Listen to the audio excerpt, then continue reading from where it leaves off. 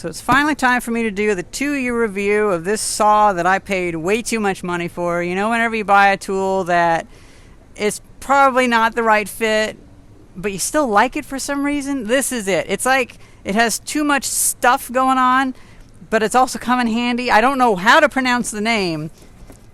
Cuzd? Sounds like I'm saying an innuendo or a curse word. I don't really know how to say that. Apparently made by the Oliver Corporation, made in the U.S.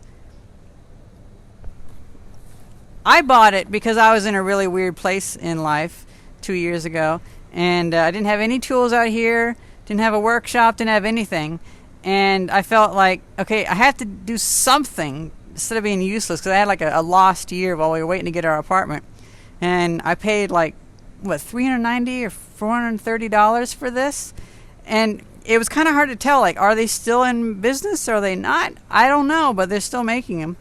And it came.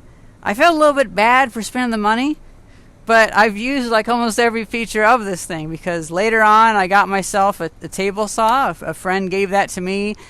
People give me so many tools, giving me Stanley scrapers, all sorts of stuff, but nobody's giving me a good circular saw.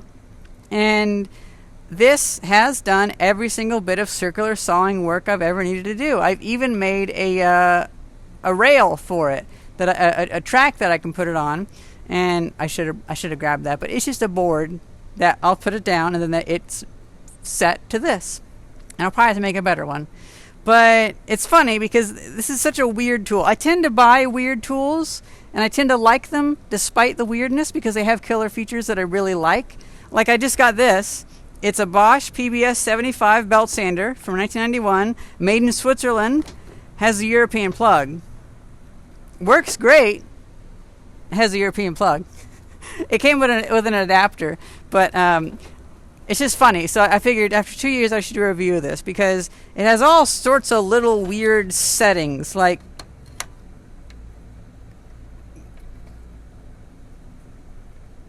how do you okay, how do you put it back down? This is the problem with this thing. And then this moves down if you want that, so you can cut sideways. I initially thought about using this thing as a portable sawmill, and I've actually used it for that. This is advertised as being a flush cut. Oh, it also says 45 degrees. Well, I had no idea. This has almost too many features to really tell. And for every good feature, there's a weird feature. Like, for instance, no matter which way you put this, it will put in your face. So it's like you can choose between the sawdust going in the left side of your face or the sawdust going in the right side of your face. But it also does flush cutting. So that kind of equals that out. And then this is a little bit difficult to move. And I oftentimes find myself like that, which is very unsafe. But it's super quiet. So that kind of equals that out. I don't think I have video of it. Actually, yeah, I don't have a video of it, but this was, I think, like the biggest selling feature is for people that are cutting floorboards flush with a wall. And I didn't realize that I would ever have to do that, but I've actually had to do that quite a few times, and this thing cuts pretty flush, pretty well. Let's see, this is magnetized on, and then how does this do? Unlock.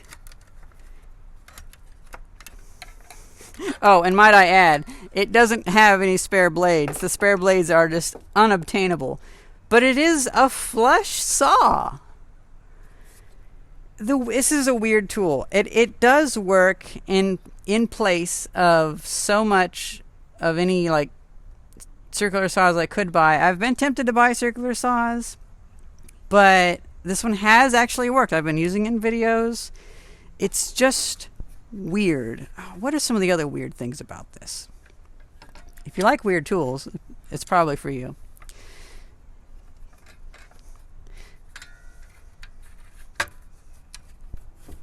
Okay.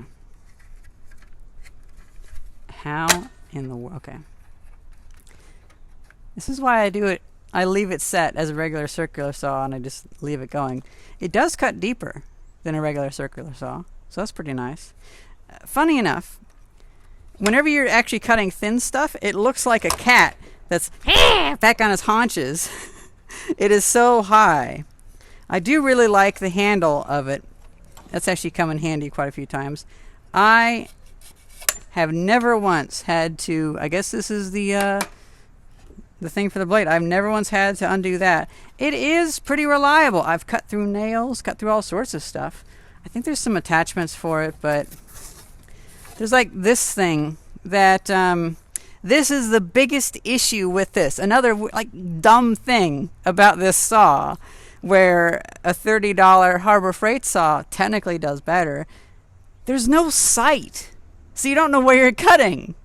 I mean, I guess in order to have a sight, it would have to be in front of the blade, and being in front of the blade, it would be beyond the blade. But I'm so tempted to make a thing that just sticks out, and it's like a red line, which I could make that actually.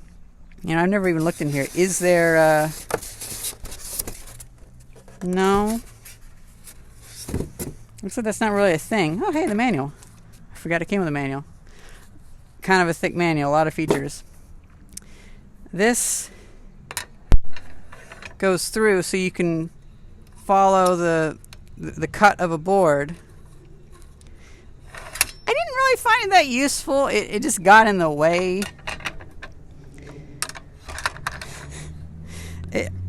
I happen to always be doing very, very weird things with wood. So it makes sense that I would like this, but it's also costs as much as like 3 good ones. So, oh. Now that you bought our saw, we'd like to tell you where to go. Actually, we have a few places in mind. Says our website. Welcome to the Cuzdy team, and may all your cuts be true. Sincerely, Jacob Cuzdy. It's their name? Cuzdey, Cuzday. Founder of Cuzdy Industries, Inc. What? So that's why it's called the Cuzdy. You were laughing at me too much. Theis is just holding it in. Okay. Wow, so it's their name. This is like the Uline family, the Uline family, or whatever it is. Okay. For 2 years now, I didn't know why was it named Cuz-D. I don't get it. This is kind of like a bad Amazon name almost. I feel bad now for saying that, but yeah, this has just been. I give my approval to it. It's a weird tool, has all sorts of weird issues. Be prepared to have sawdust thrown in your face, but you can cut deeper than any other saw. You can, I tend to mill logs into lumber with my table saw, and a few times my table saw hasn't been able to cut all the way through, so I put it into the flush cut mode, and I just went, now that I think about it, I probably could have turned the handle like that, but I can just go through and finish the cut. And I can actually quarter saw lumber with this. And I plan to make like a table saw, a sawmill actually, that can take this and run it sideways and actually mill lumber with it. Oh, I get it. So this little ring, you can do it with your finger. See, this is one of those things where it kind of breaks my mind. And I do like the green coloring. It is kind of military-ish, but it has a really robust gearbox in it that I feel like, well, already it's not having any issues really, but if it does ever have issues, it'll be really easy to restore and re-grease. But see, I like it because it's like my 1960s tools that I like. Every 10 years I repack them with grease. Now I'm going to wait like 40 years before I repack this one because the grease is fine for the first 40 years. The grease that I buy is really cheap and goes bad after 10 years. But yeah, it's again, maybe after 4 years, I'll be like, oh yeah, this is the thing, and just great. It's wonderful, amazing. I mean, it kind of is, but it's also a weird tool. And I think anybody buying this also has that feeling of, this is a weird tool. This is really, really weird. Oh.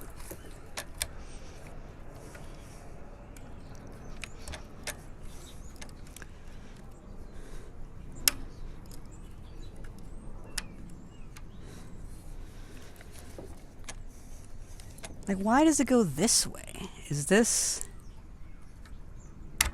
Oh, okay. So, there's a lever here. There's a thing that you pull out here.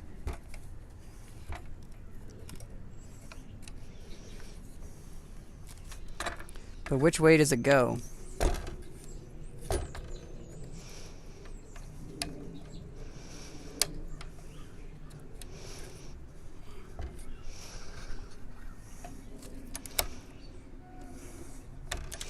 Oh, okay, so...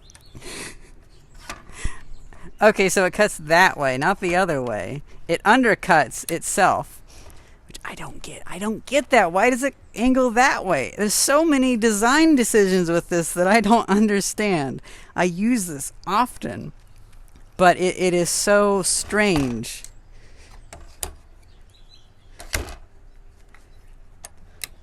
Like, that's cool. And I really like that. And that's the thing. It'll be just like the floorboards, or just like when I had to finish milling the logs, that until I have that problem, I won't really know why I need this. But then it'll be like, oh, it's the perfect solution. So that is... Oh, I guess it's 2:30 now. That is a 2-year review of the Cuz-D. And now I know why it's called that. I had no idea. And it's a weird tool. Somebody like me, it makes sense to have, because I just do a lot of stuff. And, you know, I have thrown myself towards doing stuff. Like, between each video, I do about probably 2 or 3 projects for people. And so I'm doing a lot of weird cutting, and it's never like construction. It's never the stuff that normal tools work with. It's always, we have to take out this weird old banister, but in a specific way so it doesn't mess up the paint on this piece. And so this matches my workload perfectly, but boy, is it a weird tool. Well, I hope you guys enjoyed this video, and maybe in 2 years or a year I'll do a video of this 1991 Bosch made by Scintilla SA in Switzerland. Thank you very much for watching. See ya.